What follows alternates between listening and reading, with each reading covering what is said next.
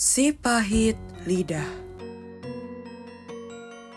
Pada zaman dahulu, di daerah Sumatera Selatan, hiduplah seorang pemuda sakti bernama Serunting. Ia berasal dari golongan orang bukit, suku yang terkenal karena kekuatan dan kesaktiannya. Suatu hari, Serunting menikah dengan seorang putri cantik dari orang Besemah, adik dari Arya Tebing Serut, seorang bangsawan kaya dan sombong. Awalnya kehidupan rumah tangga Serunting dan istrinya berjalan bahagia. Mereka hidup sederhana namun saling mencintai.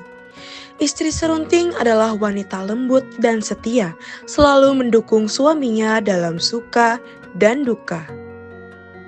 Suatu hari di perbatasan ladang antara Serunting dan Arya Tebing Serut, tumbuh sebatang pohon enau.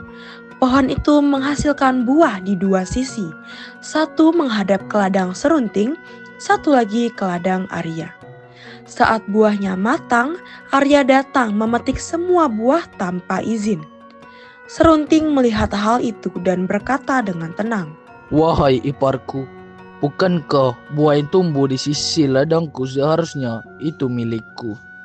Namun Arya menjawab dengan sombong, Hah, pohon ini tumbuh dari tanahku, jadi semua buahnya adalah milikku. Kau tak berhak atas satu pun. Serunting menahan marah.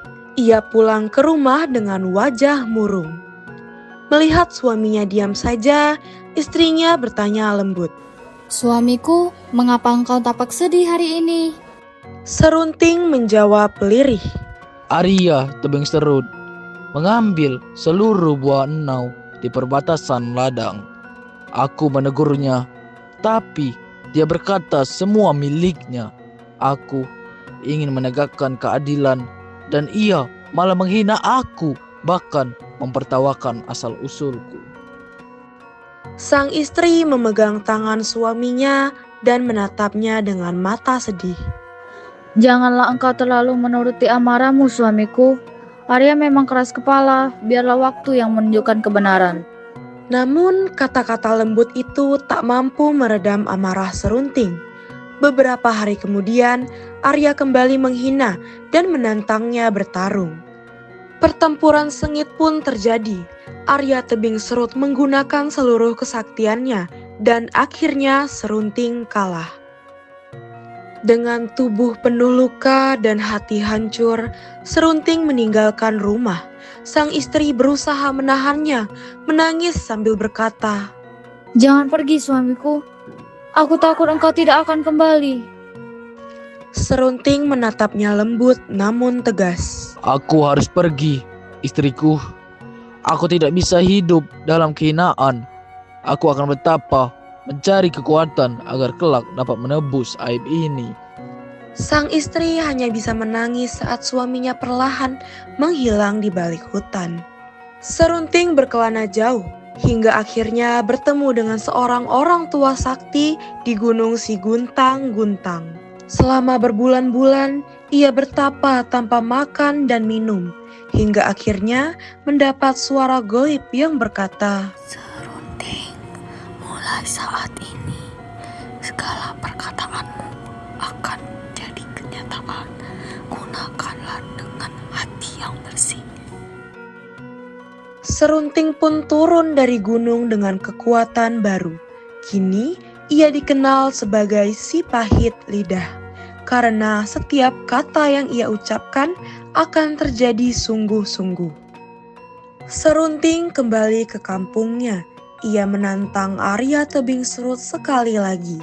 Dalam pertarungan itu, ia dengan mudah mengalahkan iparnya. Arya melarikan diri ketakutan dan Serunting menjadi orang paling disegani. Namun kebahagiaan tidak berpihak padanya. Ketika ia kembali ke rumah, istrinya tak berani lagi menatap wajahnya. Serunting menatap istrinya dengan sedih. Aku melakukan ini untuk menebus kehinaan, untuk melindungimu. Sang istri menggeleng perlahan, air matanya jatuh. "Aku tidak ingin kekuatan yang membuatmu kehilangan kasih sayang. Aku hanya ingin suamiku yang dulu, yang lembut dan penyabar." Setelah malam itu, sang istri pergi meninggalkan Serunting tanpa pamit. Tak tahan hidup dalam ketakutan. Sejak saat itu, si pahit lidah hidup sendiri, berkelana dari satu tempat ke tempat lain. Setiap kali ia marah atau kecewa, kata-katanya mengutuk orang menjadi batu. Dari ucapannya, lahirlah banyak legenda batu di Sumatera Selatan. Seperti batu raja, batu lesung, dan batu betina. Di akhir hidupnya, si pahit lidah menyesal. Ia berkata lirih sebelum menghilang di puncak gunung. Lidah ini telah membawa kebahagiaan dan kehancuran. Andai aku bisa kembali ke masa lalu, aku akan memilih diam.